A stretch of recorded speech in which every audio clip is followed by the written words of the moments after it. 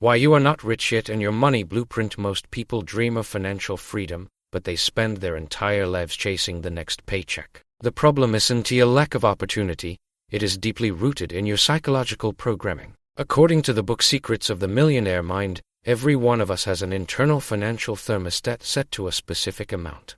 If your thermostat is set to survival, you will subconsciously get rid of any extra money through impulsive spending or poor decisions. To change your results, you must first change your thoughts. Most of us grew up surrounded by phrases like money is the root of all evil or rich people are greedy. These programs cause you to feel a hidden guilt about wanting wealth. Ben explains that the first step to your first million is a total reset of your belief system.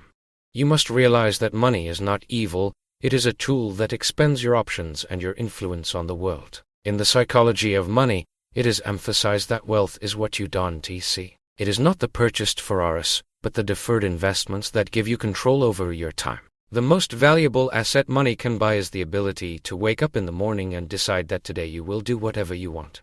Until you understand that wealth is about freedom of choice, not a display of status, you will remain trapped in the consumption cycle. Your consciousness must shift from spending mode to creation mode. This is the foundation. Without it, any building of prosperity will collapse at the first crisis. Stop blaming the economy or the government. Your financial situation today is a precise reflection of your beliefs yesterday. To grow, you must expand your horizons and believe that success is available to you.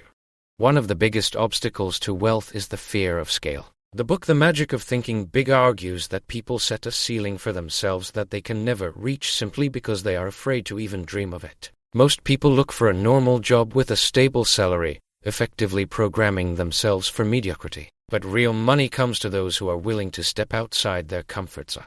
Ben recalls the story from Think and Grow Rich about a commander who burned his ships after landing on the enemy shore. His soldiers had no choice, either victory or death. In business and finance, you often need to create a situation where you have no choice but to succeed. Comfort is a silent killer of ambition. If you have enough for food and rent, your brain stops looking for innovative ways to earn. To make a breakthrough, you must artificially create conditions that require maximum effort. This doesn't mean taking reckless risks, but it does mean stopping the fear of making mistakes. The winner effect describes how small wins change brain chemistry, increasing testosterone and confidence levels. Every achievement makes you stronger for the next step. Start setting goals that scare you with their grandeur. If your goal doesn't make your heart beat faster, it is too small. Great things begin with the decision to try something that seems impossible. The world is full of resources, and they go to those who are bold enough to claim them. Remember that competition at the top is much lower than at the bottom of the mountain, because most people are too terrified to even begin the climb. You must be the one who dares.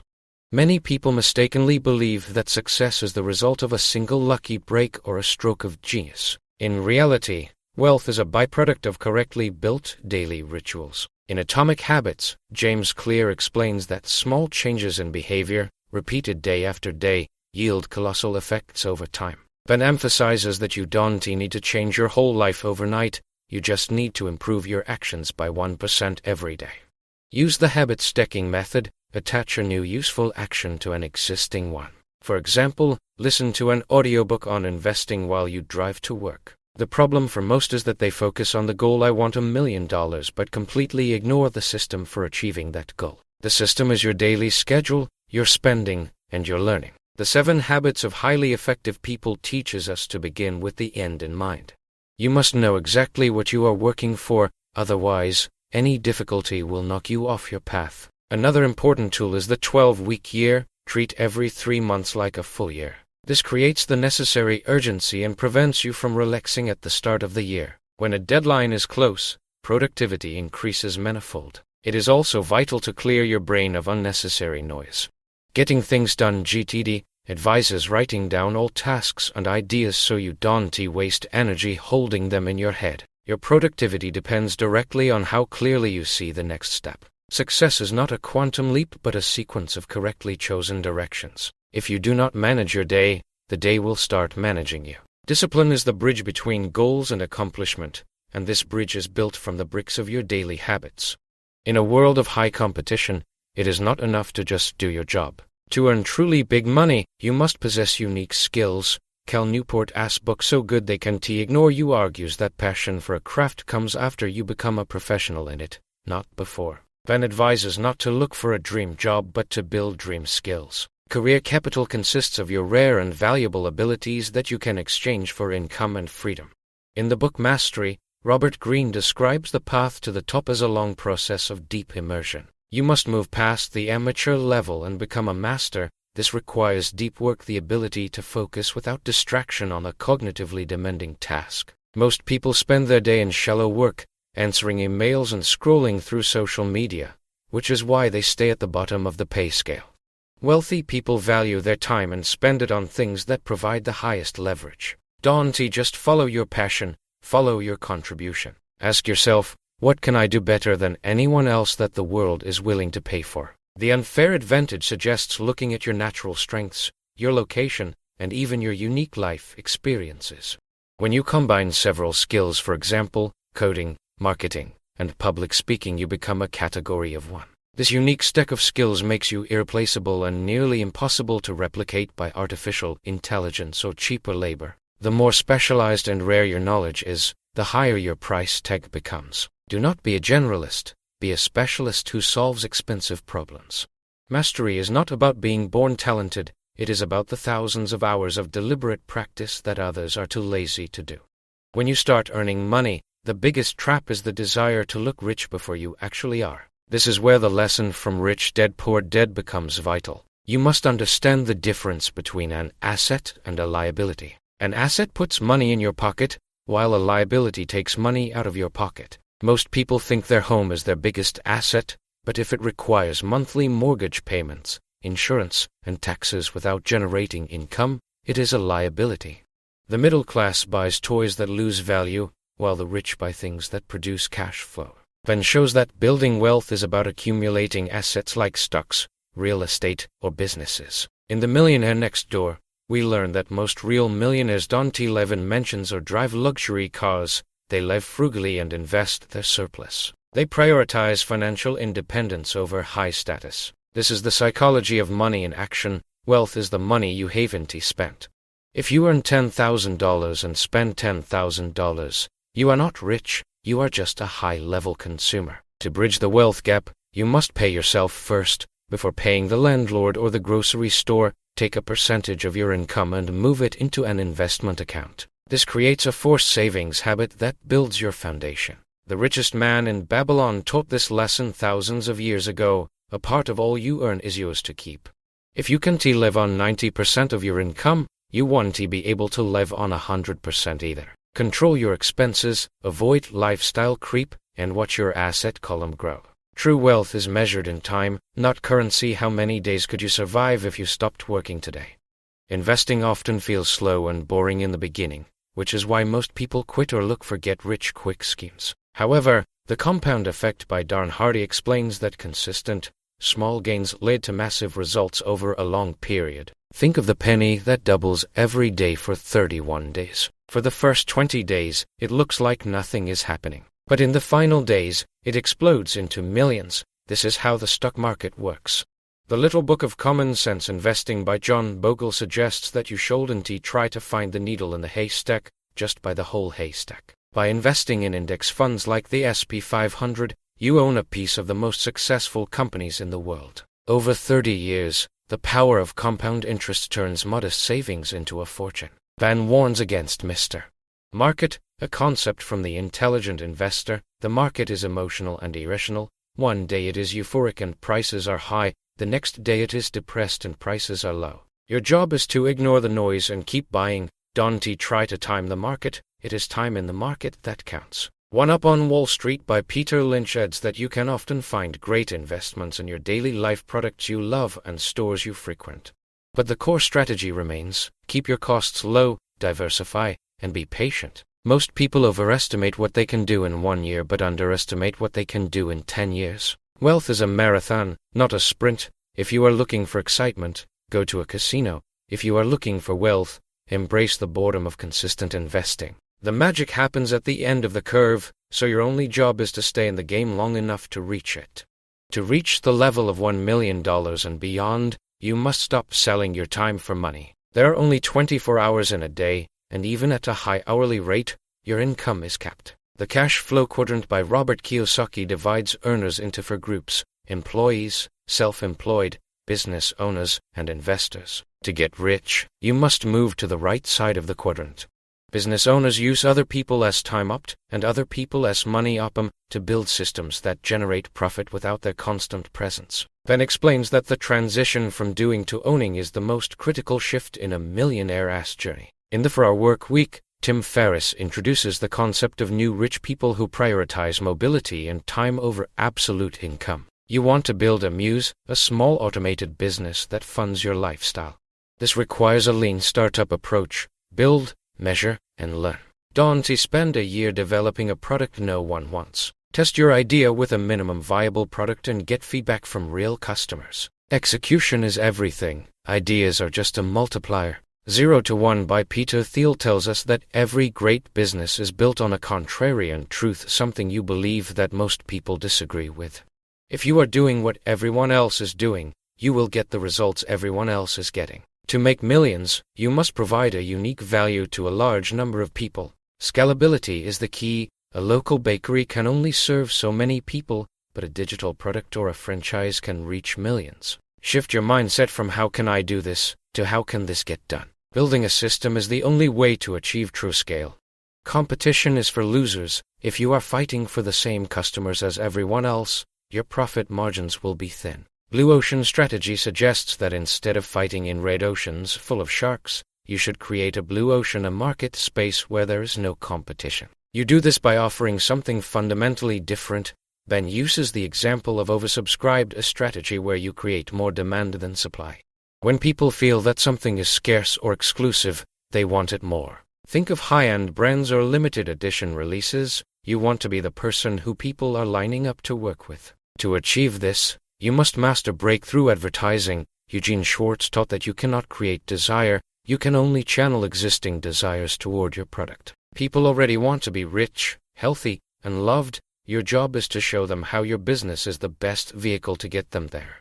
Stop trying to sell and start trying to solve a problem so effectively that people feel stupid saying no.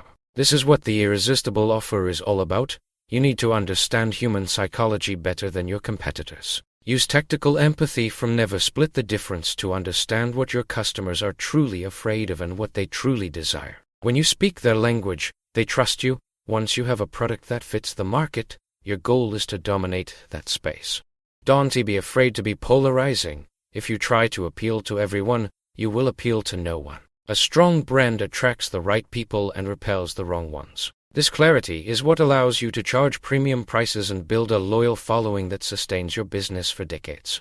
As your business grows, your success will depend less on your technical skills and more on your ability to lead others. How to win friends and influence people is the foundation of this level. People are emotional, not logical. They want to feel important and understood. If you can make people feel good about themselves, they will follow you to the ends of the earth. Ben emphasizes that leadership is about inspiration, not command.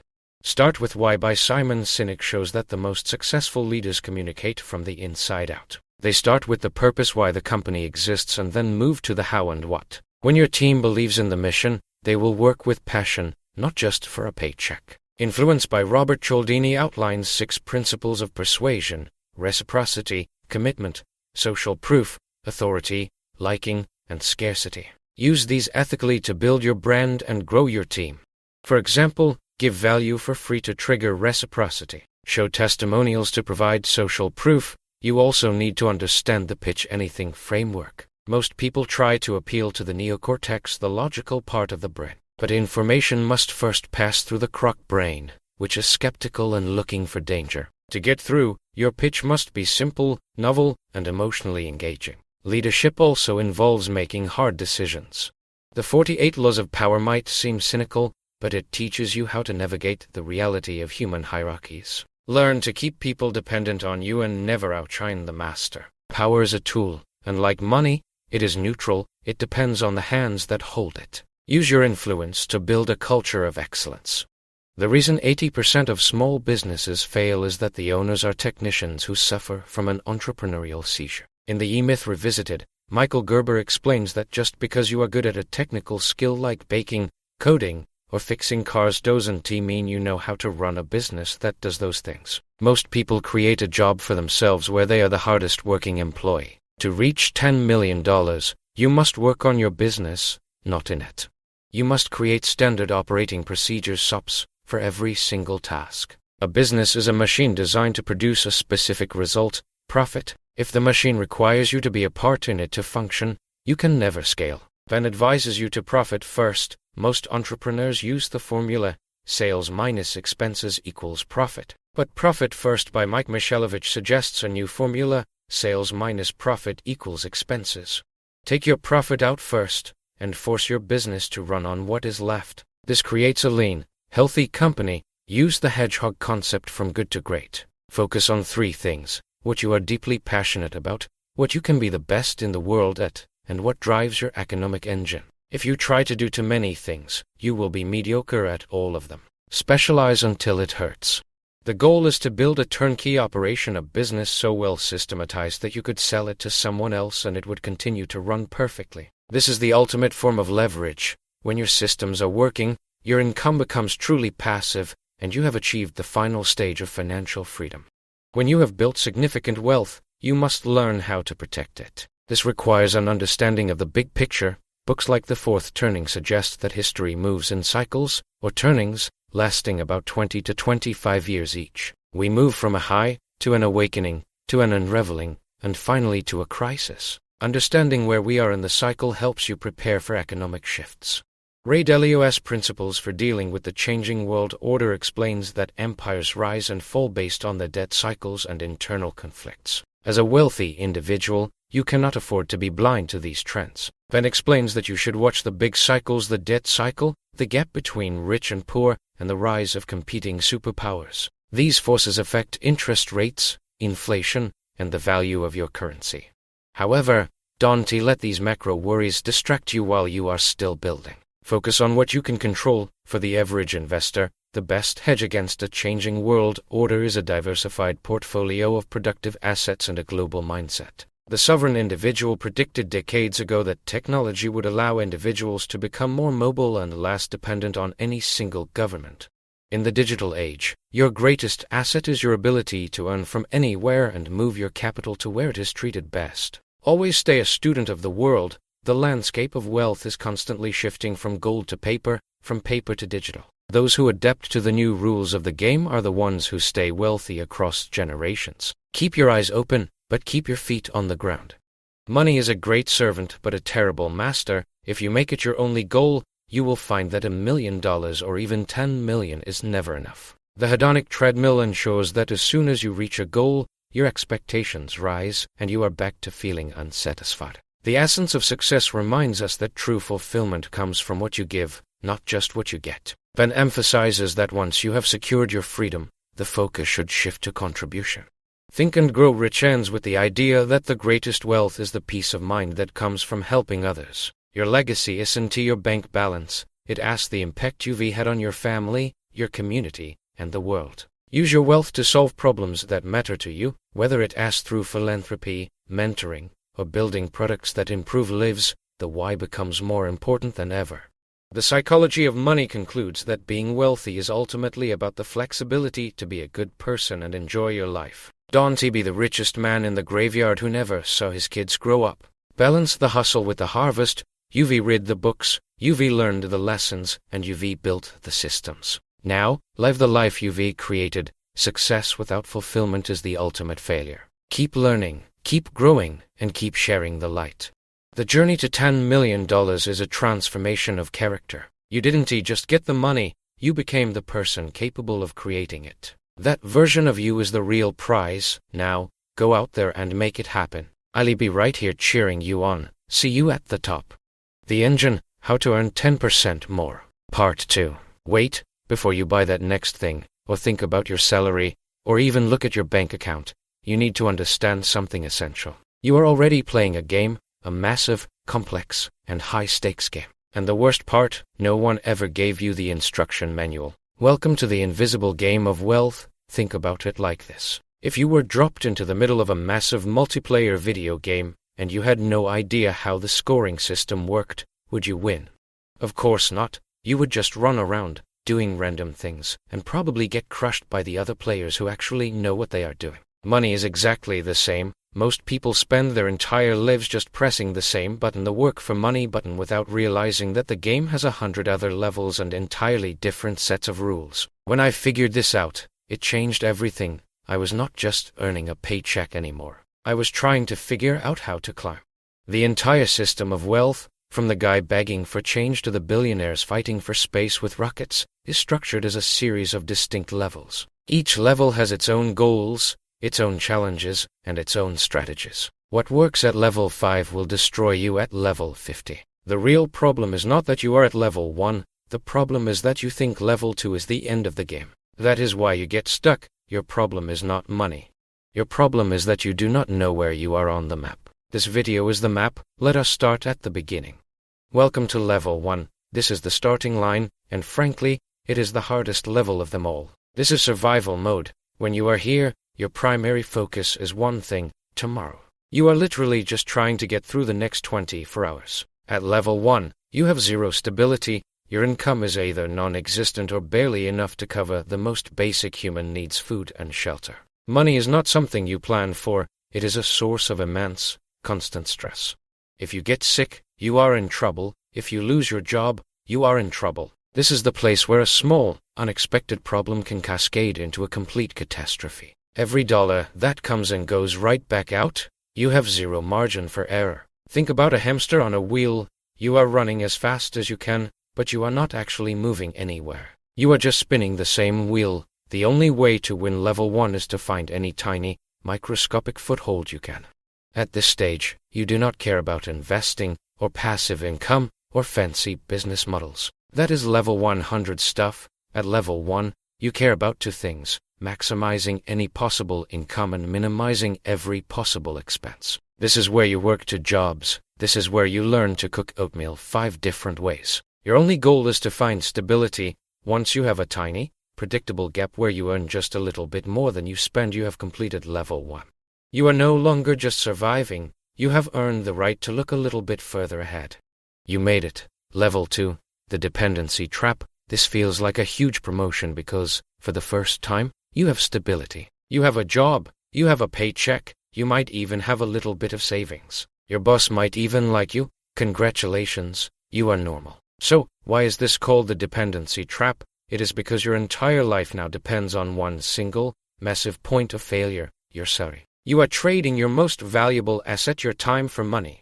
The only way you earn $1 is if you give them 60 minutes of your life. This is the ultimate time for money transaction. This is the most dangerous level because it is so seductive. It is comfortable. Your parents told you this was the goal. Your society tells you this is success. You feel safe, but you are not safe. You are one bad decision, one industry downturn, or one corporate restructuring away from being right back at level 1.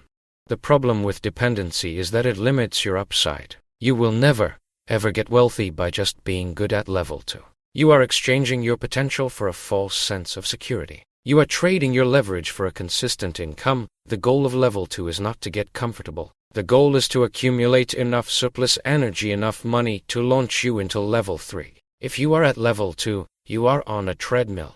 The only reason to be here is to build the muscles to get off the treadmill. You must take the safety you have and immediately use it to fund your escape plan. Don't build a golden cage and call it a home. This is where things start to get interesting. Level 3, accumulating friction. This is the level where you are not just earning money, you are keeping it. You have conquered the dependency trap by creating a buffer. You have stability now. You probably have an emergency fund, which is like the magical shield of level 3. You have 3 to 6 months of expenses sitting in the bank, laughing at disasters. A flat tire, that is not a crisis, it is an inconvenience.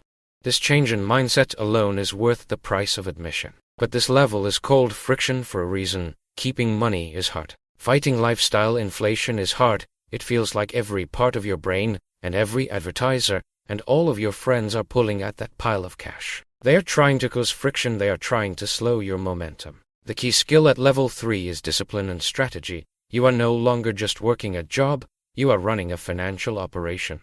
You are calculating your net worth. You are looking for ways to maximize the gap between what you earn and what you spend. You are not rich yet, but you are powerful. The friction is the difficulty of changing your relationship with money. Instead of money being something that is given to you and spent by you, it is now something that is harvested by you and stored by you. You are building energy. You are not just a worker, you are a collector.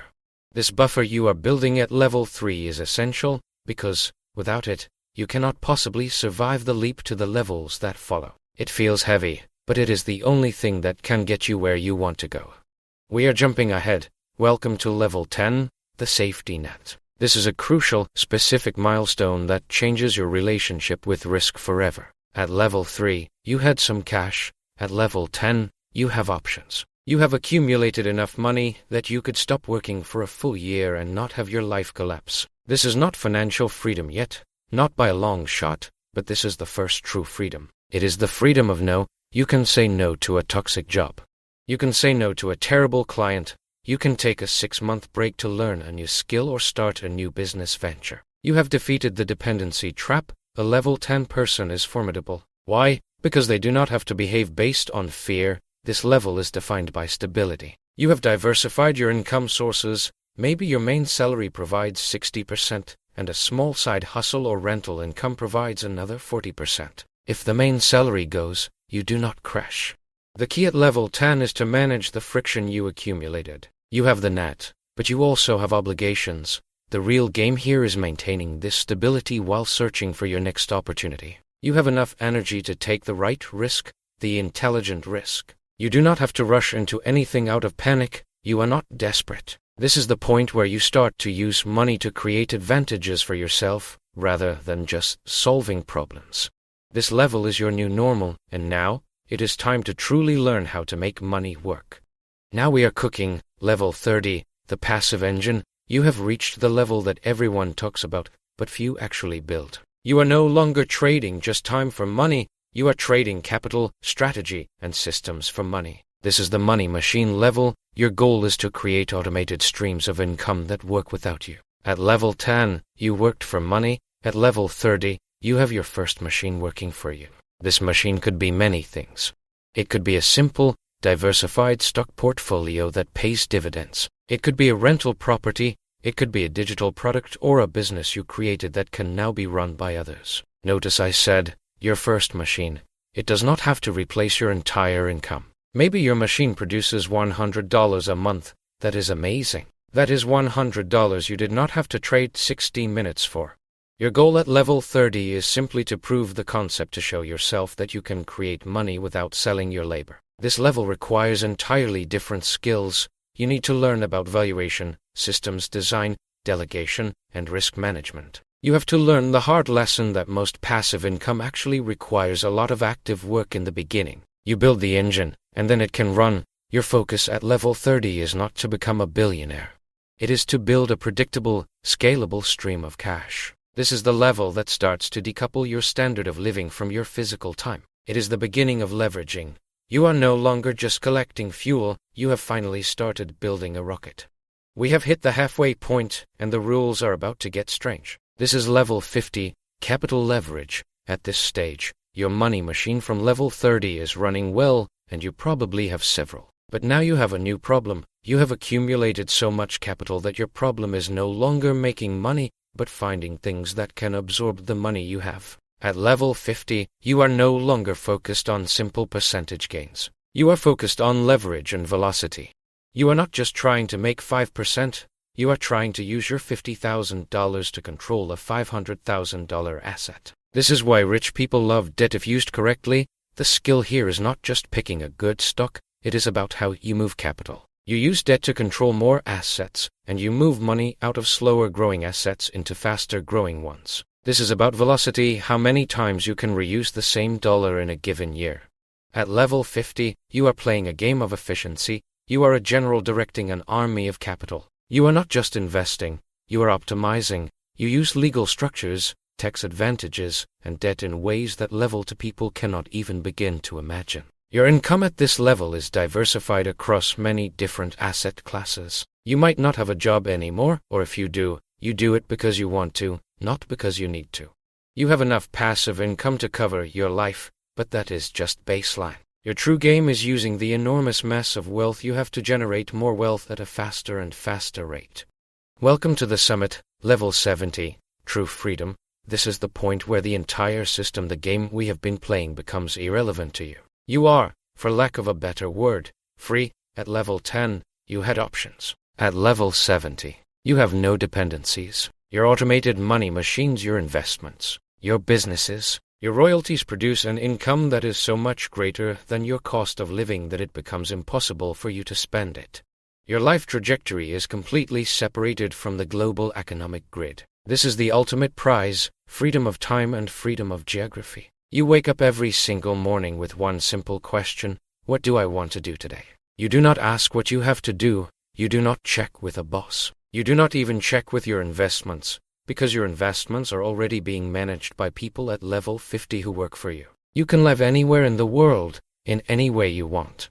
A cabin in the woods, a penthouse in Tokyo, a simple life on a yacht. It is all the same. The cost of your life is insignificant compared to the capital that is fueling it. This level is defined by a shift in motivation. At level 1, you are motivated by survival. At level 70, you must create your own motivation. The entire game of money is over. For many people, this level can actually be terrifying, because they have spent their whole lives reacting to the need for money. Now that they do not have that need, they have to finally figure out who they actually are. Money cannot solve your internal problems, but it can make sure you have the time and the peace to solve them. Level 80, Generation Wealth. At level 70, you were personally free. At level 80, you extend that freedom into the future. You are no longer just managing your money for your own lifetime. You are managing a legacy. This level is about creating systems that provide for your descendants, for people you will never meet. You are building foundations and trusts, and you are focused on things like estate planning, governance, and long-term tax optimization. Your goal is simple but incredibly difficult: to ensure that the wealth you built is not destroyed by future generations. This requires an entirely different philosophy. You are no longer just an investor. You are a custodian or a steward. You are not just building money, you are building a system of values and principles that can protect that money. This is the level where you find yourself worrying about things like trust fund babies and shirt sleeves to shirt sleeves in 3 generations.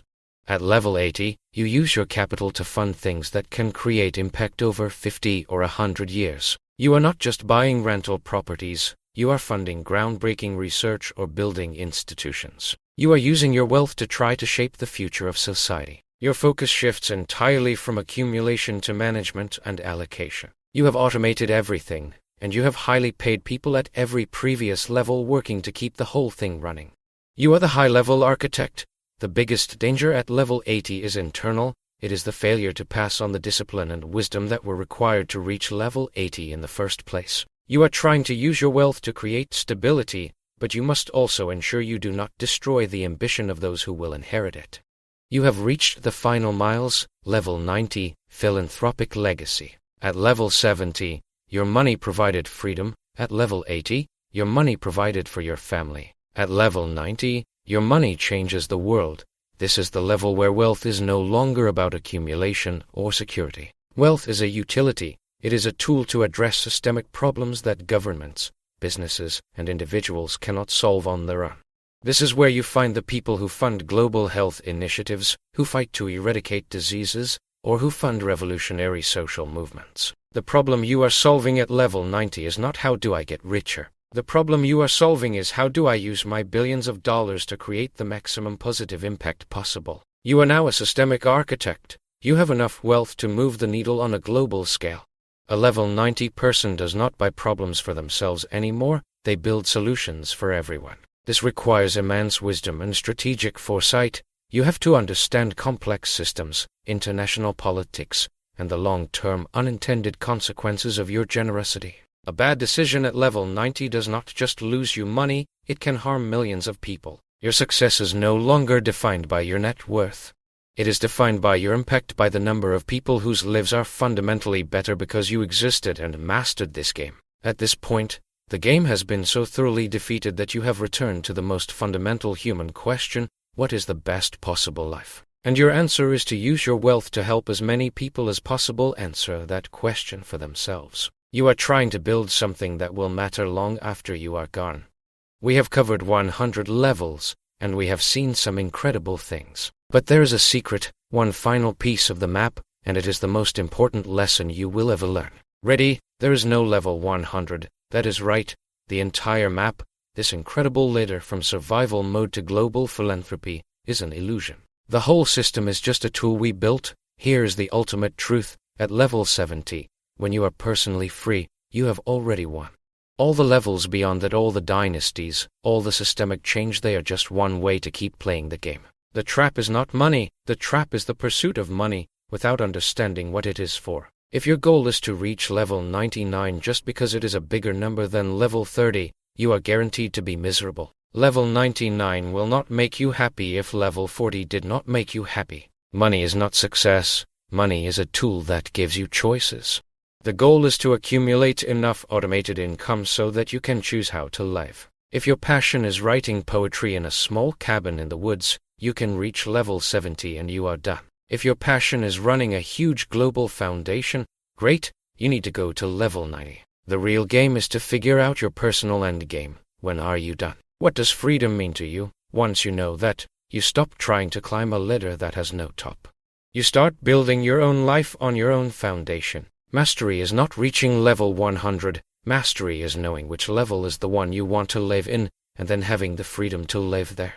We have seen the map, and we know the ultimate secret. Now, how do you actually start climbing? How do you take the first, hardest step from level 1? Regardless of where you are starting, the process is always the same. First, you must create surplus energy. You have to spend less than you earn. This is the friction that fuels everything. At level 1, it is a fight. At level 3, it is an operation. No, it is always the fuel. There are no shortcuts. Second, you must build automated systems of accumulation. You take that surplus energy and you use it to buy things that have the potential to grow. In the beginning, this is a tiny stock portfolio. Later, it is a business or real estate. You are using capital to decouple your time from your income. Third, you must manage risk. At every level, you need a different shield. At level 1, it is stability. At level 10, it is diversification. At level 90, it is political wisdom. Your biggest job is to ensure you never, ever slide back down to survival mode. And fourth, and most important, you must define your enough. What does freedom mean to you? When will you choose to be done? If you do not answer that question, you will spend your life climbing a ladder that has no top. Money is just a language. It is a language for options and freedom. Learn the grammar, master the vocabulary, and then use that language to write your own story, a story that is not dictated by survival, but by purpose. This invisible game is the underlying structure of our world. Now you know the rules, and you have the map, so where are you starting today? And more importantly, where are you going? The map is in your hands. It is time to play. The shield, protecting your wealth. Part 3. You are trading the most valuable asset in the universe, your time, for a fixed number of dollars that loses value every single day. While you sleep, your boss is getting richer off your energy. But what if the roles were reversed? What if your money went to work at 9 a.m. so you didn't have to? Think about your current situation. You wake up to an alarm, you commute through traffic, and you spend 8 to 10 hours building someone else's dream. In exchange, they give you a paycheck. But here is the trap. That paycheck is static. If you stop working, the money stops flowing. This is what we call the golden handcuffs. You are locked into a system where your survival depends on your physical presence. Furthermore, the hidden tax of inflation is silently destroying you. If inflation is sitting at 7% or even 10%, and your bank account is growing at 0%, you are actually working for free for several months out of the year just to keep your head above water. You are running on a treadmill that is moving backward. The only way to win this game is to step off the treadmill and build a vehicle that moves forward without you. Passive income is not just a side hustle or a get-rich-quick scheme. It is the ultimate form of insurance. It is the difference between being a servant to your bills and being the master of your destiny. My goal today is to show you how to break these chains. We are going to look at 5 specific engines that can replace your salary. We are moving from a world of effort-based income to a world of asset-based income. By the time we are done, you will have a clear blueprint to fire your boss and reclaim your life. You don't need $1 million to be a landlord. In fact, you don't even need to leave your couch or fix a leaky toilet. I'm talking about owning a piece of a skyscraper for the price of a cup of coffee. Traditional real estate is the classic way to build wealth, but it has a massive barrier to entry. You need a huge down payment, a high credit score, and the patience to deal with tenants who call you at 3 in the morning because a pipe burst. For most people starting out, this is impossible. This is where REITs, or real estate investment trusts, change the game. A REIT is a company that owns, operates, or finances income-producing real estate. Think of it like a mutual fund but for physical buildings. When you buy a share of a REIT, you are essentially becoming a micro-owner of massive shopping malls, high-end apartment complexes, medical centers, or even data centers that power the internet. The law requires these companies to distribute at least 90% of their taxable income back to shareholders in the form of dividends. This means you get a steady stream of cash deposited into your brokerage account every single month or quarter. You get all the benefits of property ownership like rent collection and property appreciation without any of the management headaches. If the value of the buildings goes up, your share price goes up. If the tenants pay their rent, you get a piece of that profit. You can start with as little as $100. Instead of saving for 20 years to buy one house, you can start owning thousands of properties today. This is the foundation of a passive empire because it scales perfectly. As you earn dividends, you reinvest them to buy more shares, which pay more dividends. It is a beautiful, self-sustaining loop of wealth. Imagine owning a tiny piece of Apple, Amazon, and Tesla all at once. You aren't betting on one horse, you are betting on the entire racetrack. This is how the wealthiest families on Earth stay wealthy for generations. The biggest mistake new investors make is trying to beat the market. They spend hours researching a single stock, hoping to find the next big thing, only to watch their investment drop by 50% in a week. That isn't investing, that is gambling.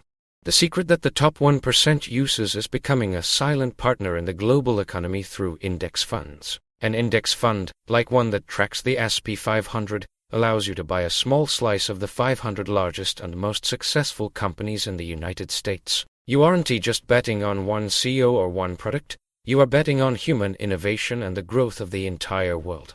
Historically, the stock market has returned an average of about 10% per year over long periods. Think about the power of that. You don't have to show up to board meetings. You don't have to hire employees. Thousands of the smartest people in the world are working every day to make these companies more profitable, and because you own the index, they are essentially working for you. This is the definition of set it and forget it. If you invest $500 a month into a diversified index fund, compounding interest starts to do the heavy lifting. Over 10, 20, or 30 years, the growth becomes exponential. You aren't just saving money, you are building an army of dollar bills that goes out and brings back more dollar bills every single day. It is the most proven, boring, and effective way to reach $1 million without ever having to read a financial statement.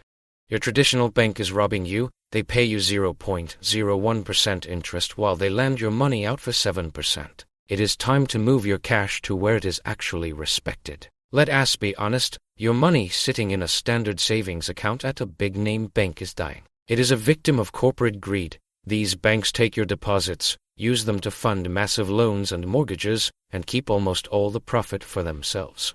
They give you back a fraction of a penny as a thank you. If you have $10,000 in a regular account, you might earn $1 in interest over a whole year. That is insulting. In today's economy, you need to use the interest hack. This means moving your liquid cash, your emergency fund, or your short-term savings into high-yield savings accounts or money market funds. Currently, many of these accounts are paying between 4% and 5% interest. Let us do the math.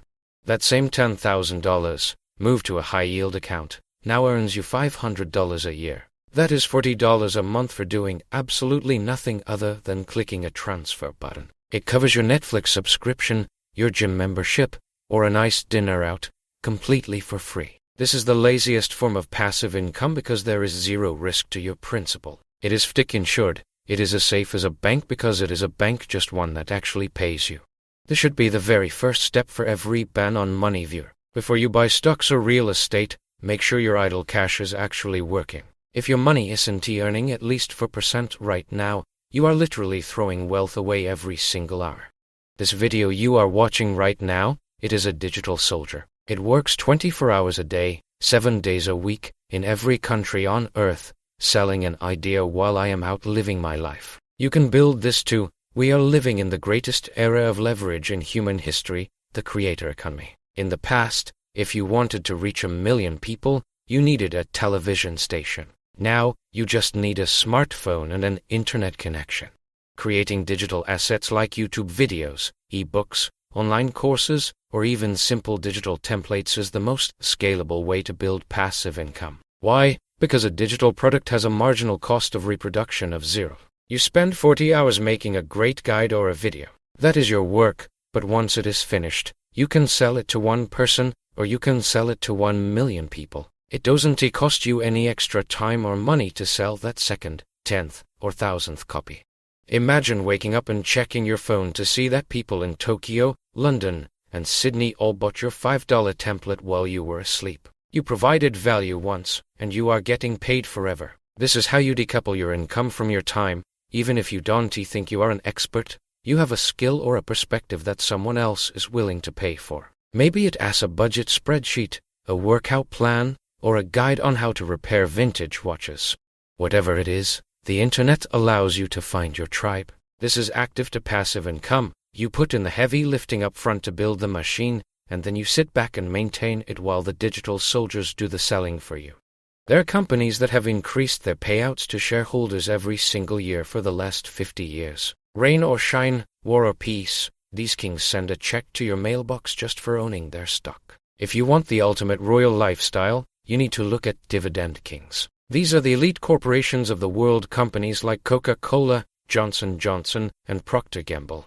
These businesses are so dominant and so profitable that they have more cash than they know what to do with. So, they give it back to you. A dividend is essentially a thank you check from a company for being an owner. But dividend kings are special. They haven't just paid a dividend, they have increased that dividend every single year for at least 5 decades. They survived the high inflation of the 70s, the dot-com bubble, the 2008 financial crisis, and the recent pandemic.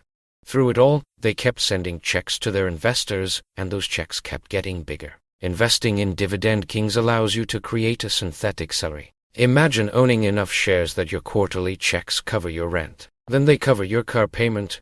Eventually, they cover your entire lifestyle. Unlike selling stocks, where you have to give up your ownership to get cash, dividends allow you to keep the asset while spending the profit. It is like owning a cow that gives you milk every day. You don't have to sell the cow to eat. You just drink the milk. This is how the old money stays wealthy. They buy high-quality, dividend-paying assets and they never sell. They live off the cash flow and pass the shares down to their children. I know what you're thinking. Ben, I don't have $10,000 to start. Good, because the best time to start was yesterday, but the second best time is right now with just $10. The biggest barrier to wealth isn't a lack of money, it is a lack of momentum. People wait for the perfect time to invest, or they wait until they have a significant amount of cash. But in the world of finance, time is much more important than the initial deposit. If you start with just $100 a month and achieve a 10% return, after 30 years, you have over $100,000. If you wait 10 years to start and then invest $300 a month, triple the amount, you still end up with less money. You cannot buy back lost time. The blueprint is simple, dollar cost averaging. This means you pick a fixed amount, maybe it is $50 or $100, and you invest it every single month, no matter what the market is doing. When prices are high, you buy fewer shares. When prices are low, you buy more. Over time, your average cost stays low and your total wealth explodes. You need to automate this. Treat your future self like a bill that must be paid first. Before you pay the landlord, before you pay for Netflix, you pay future ban or future you. By automating the process, you remove emotion from the equation. You aren't guessing when to buy, you are building a machine that grows while you go about your life. This is how you go from $0 to $1,000 a month in passive income. It starts with one single dollar. Passive income isn't just about buying a Ferrari, it asks about the word no. No to a bus you hate, no to a 2-hour commute, no to missing your family as big moments. Here's your exit plan from the rat race. We have covered the how, but now we need to talk about the why. What is your freedom number? Your freedom number is the amount of passive income you need every month to cover all your basic expenses. If your rent, food, and bills cost $3,000, then your goal is to build your 5 passive streams until they hit $3,001. Once you hit that number, work becomes optional. You are no longer a slave to the paycheck. You can choose to work because you love it, or you can choose to spend your time traveling, volunteering, or being with your children. This is the freedom exit. The road won't be easy, and it won't happen overnight. It requires discipline and a shift in mindset. You have to stop being a consumer and start being an owner. Every time you buy a coffee or a new pair of shoes, ask yourself, is this worth more than my freedom? The math doesn't lie. If you follow these 5 steps, you will eventually reach a point where your assets earn more than your hands ever could. This is the path I am on, and it is the path I want for you. Subscribe to Ben on Money, hit the notification bell, and let us build this together. Your future self is waiting for you to take the first step today. The Multiplier, Investing Secrets. Part 4. Imagine walking into your kitchen every morning and finding that someone has stolen exactly 1 slice of bread from your loaf. You didn't see them, the door was locked, but the bread is gone. This is exactly what is happening to your bank account right now. Most people believe that if they put $1,000 into a savings account, it stays $1,000. They feel safe seeing that number on their mobile app, but I am here to tell you that the number is a lie. While the digits stay the same, the power behind those digits is dying. In the next 10 minutes, I am going to show you how a hidden thief called inflation is stealing $100 of value from your savings every single year. We are talking about a 10% loss in purchasing power that the banks do not want to explain to you. They want you to keep your money sitting still so they can use it, while you get poorer by the second.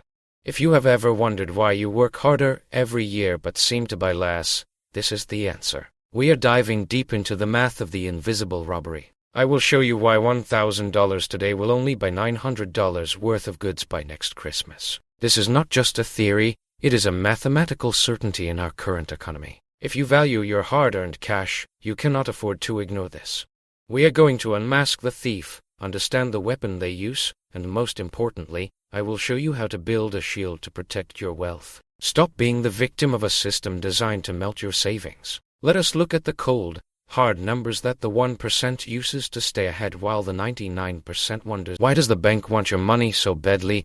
They offer you a high-yield savings account that pays you maybe 1% or 2% if you are lucky. Meanwhile, they take your $1,000 and land it to someone else for a mortgage at 7% or a credit card at 24%. But that is not even the worst part.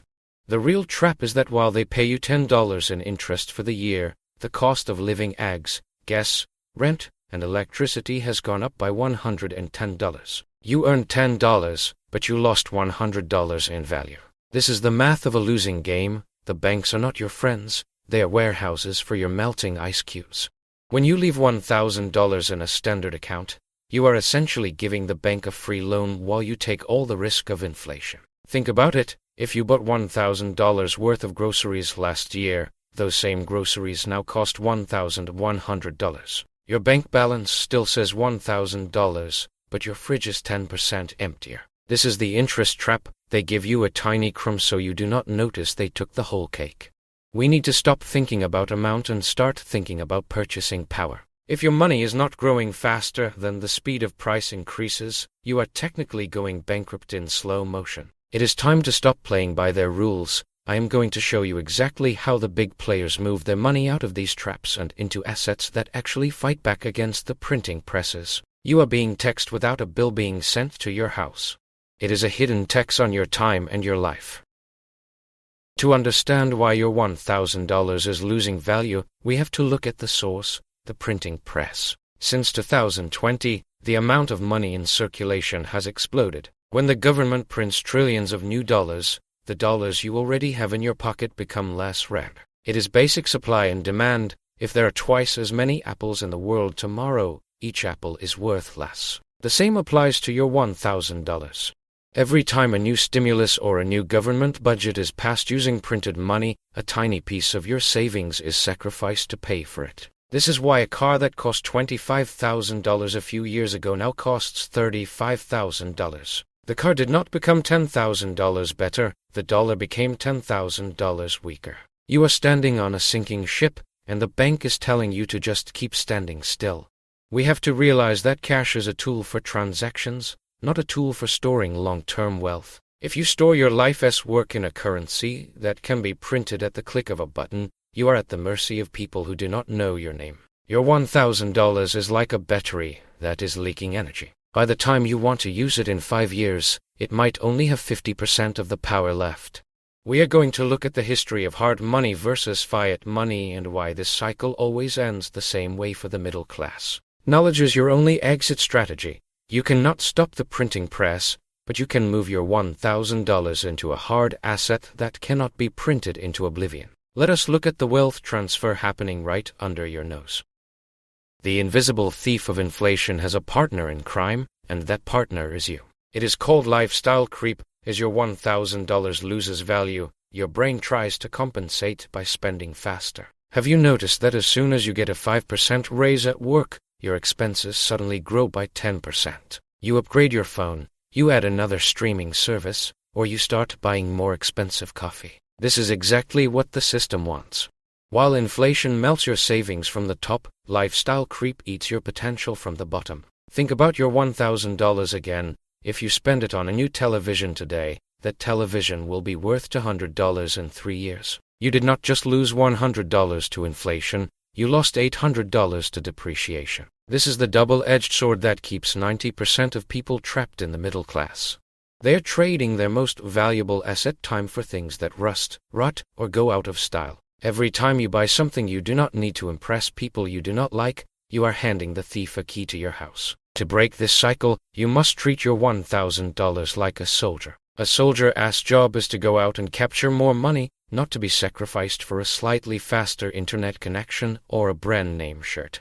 When you leave your $1,000 in the bank and then spend your extra income on stuff, you are effectively making yourself a slave to the paycheck. We need to flip the script. We need to stop feeding the thief and start starving him. In the next section, I am going to show you the time decay of your money and why waiting even one more month to act is costing you a fortune. Let us look 10 years into the future. If you keep $1,000 in a standard savings account today, and inflation stays at a modest 7% to 10%, what is that money actually worth in 2036? Numerically, your bank statement will still say $1,000 plus a tiny bit of interest. But in reality, that $1,000 will only buy what $400 buys today. You have effectively lost 60% of your life's energy. This is the time decay of fiat currency. If you worked 100 hours to earn that $1,000, the system has stolen 60 of those hours from your past. You can never get that time back. This is why the rich do not keep large amounts of cash. They know that cash is a melting ice cube. They use a concept called opportunity cost. Every day your $1,000 sits in the bank, it is missing the chance to be invested in something that grows. If you had invested that same $1,000 into the S&P 500 or a high-quality asset 10 years ago, it would not be for $100 in value, it would likely be $2,000 or more. The difference between $400 and $2,000 is the ignorance tax that the average person pays every single year. You are being punished for being safe. The bank tells you that the stock market is risky, but they do not tell you that the safest place, their vault, is the only place where a 100% loss of purchasing power is guaranteed over time. We have to stop being afraid of the wrong things. The risk is not the market, the risk is doing nothing while your clock ticks down. So, how do we stop the bleeding? You need a shield. A shield is an asset that has a finite supply. Remember the printing press we talked about? The reason the dollar dies is because they can make an infinite amount of it. To protect your $1,000, you must move it into things that cannot be printed. First, we have commodities like gold and silver. They have been money for 5,000 years. When the dollar goes down, gold typically goes up because it takes the same amount of gold to buy a suit of clothes today as it did in ancient Rome. It preserves your time. Second, we have productive assets like stocks of great companies or real estate. These are companies that can raise their prices when inflation hits. If the price of bread goes up, the company making the bread makes more money and their stock price follows. Then, there is the digital gold Bitcoin. Love it or hate it, it has a hard cap of 21 million units. No government can click a button and make more of it. This is why it has been the best performing asset of the last decade. Your $1,000 needs to be diversified across these shields. You do not need to be a millionaire to start. You can buy fractional shares of a total market fund or a tiny bit of gold. The goal is to get your money out of the kill zone of the bank and into the growth zone of the real economy. By moving just $500 of your $1,000 into these shields, you cut your inflation loss in half instantly. You are finally fighting back.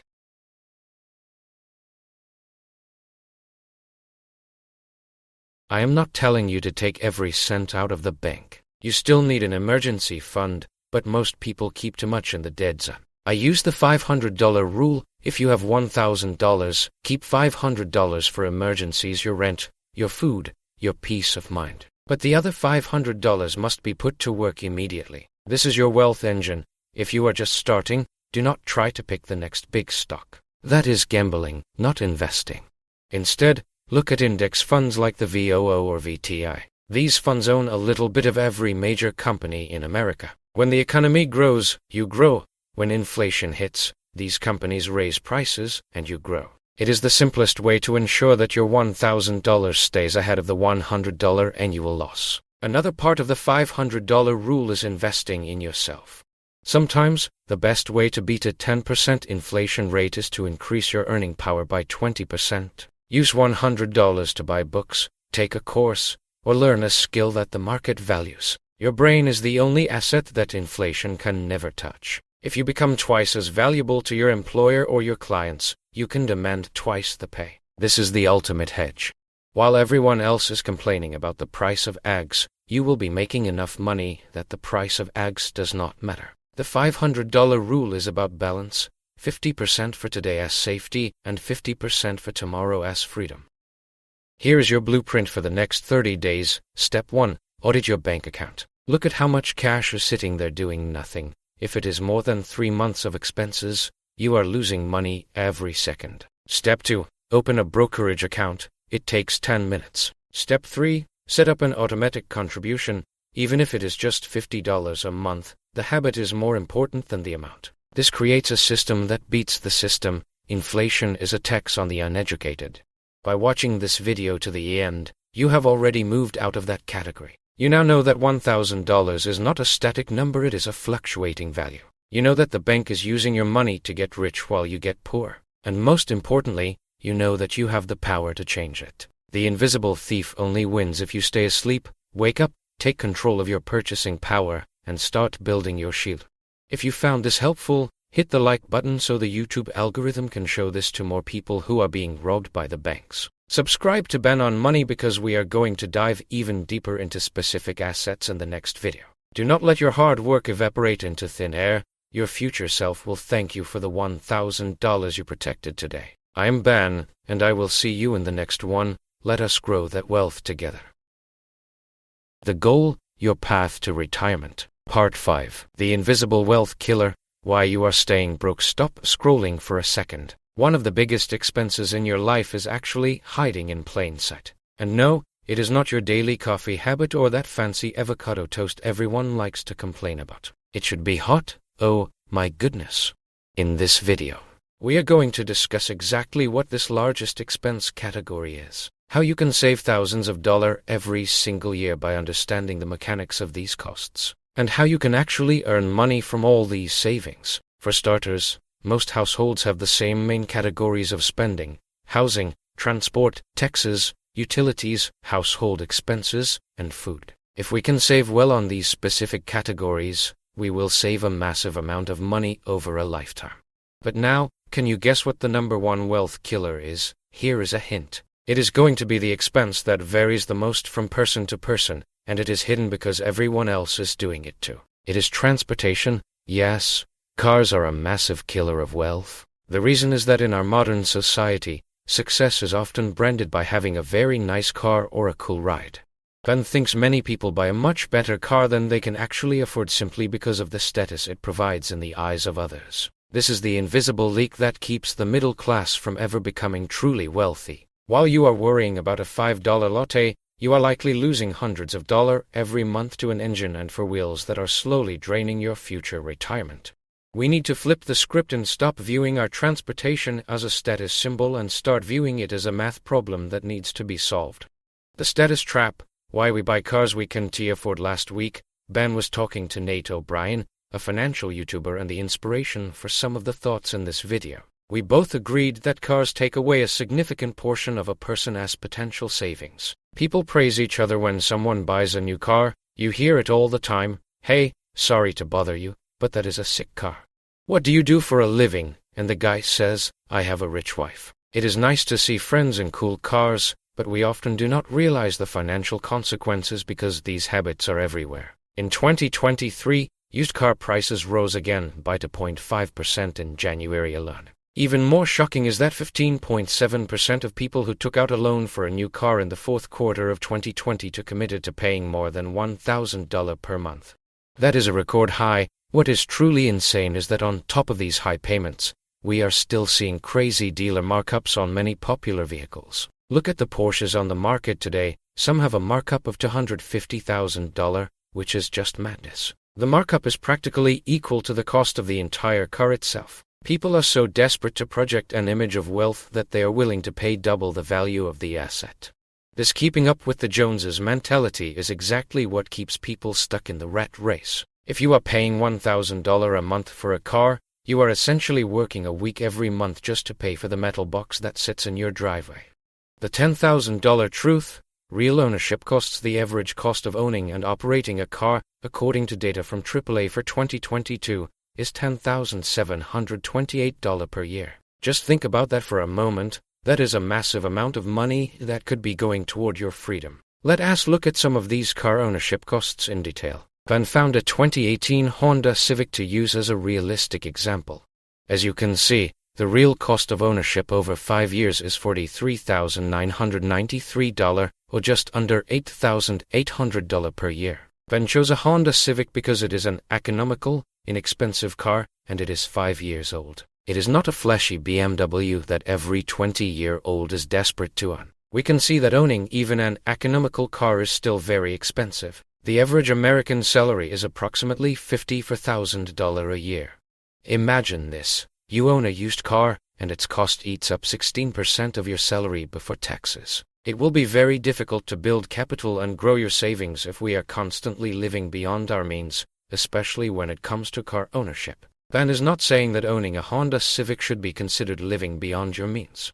In fact, Ben thinks a Honda Civic is a very sensible choice, but Ben wants to draw your attention to the fact that it can still cost you much more than you think. When you factor in the opportunity cost of that money, you realize that your sensible car might actually be costing you $1 million in future wealth over a 40-year career.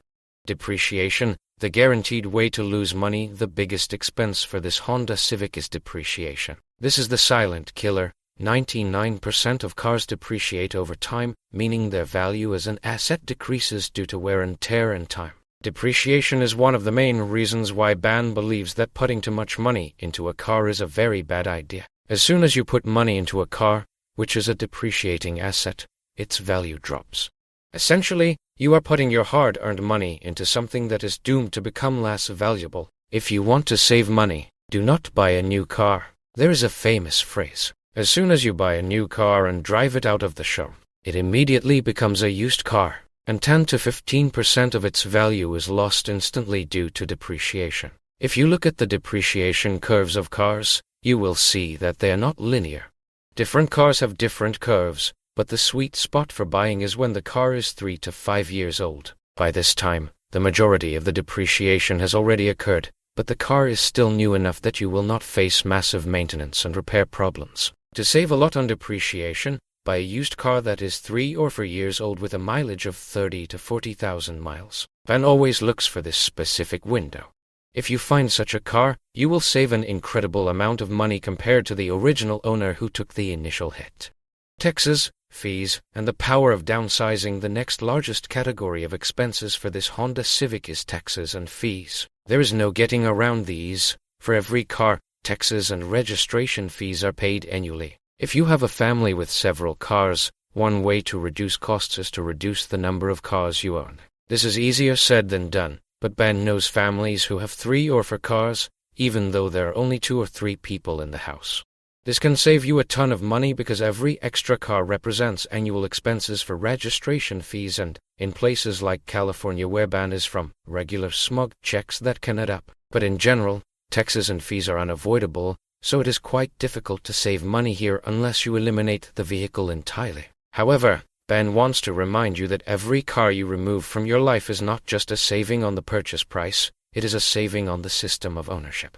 You are saving on the paperwork, the state fees, and the administrative headache that comes with every VIN number in your name. Before we move to the next category, remember that Ben has a free newsletter called Hump Days. You can find the link in the description. It is a free publication dedicated to business and economics that comes out twice a week. If you like this content, Ben is sure you will love the newsletter too. Now, let us get back to the finances of your driveway. The interest trap and the fuel reality next. We have financing. These are interest payments, especially when you take out a car loan. Few people buy a car right away by paying the full amount in cash. Not many people have $30,000, $40,000, or $50,000 to lay out for a car. Therefore, usually, a person makes a $5,000 or $7,000 down payment and takes out the rest as a loan with interest. Interest on loans is very high right now because rates are rising.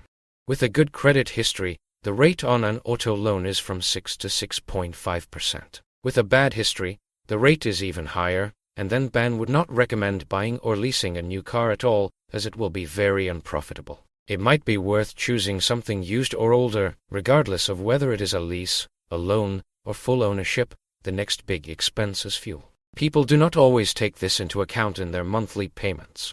They say, my payment is $500 or $600 a month, but they forget that gasoline costs them $200 every single month. If we look at the fuel costs for this Honda Civic, over 5 years, it is $12,807. That is an additional $2,561 per year. There is not much you can do to save on gas, but you can get a Costco membership and always refuel there. You can save from $5 to $8 on each tank, and over time, this can add up to thousands if you are consistent.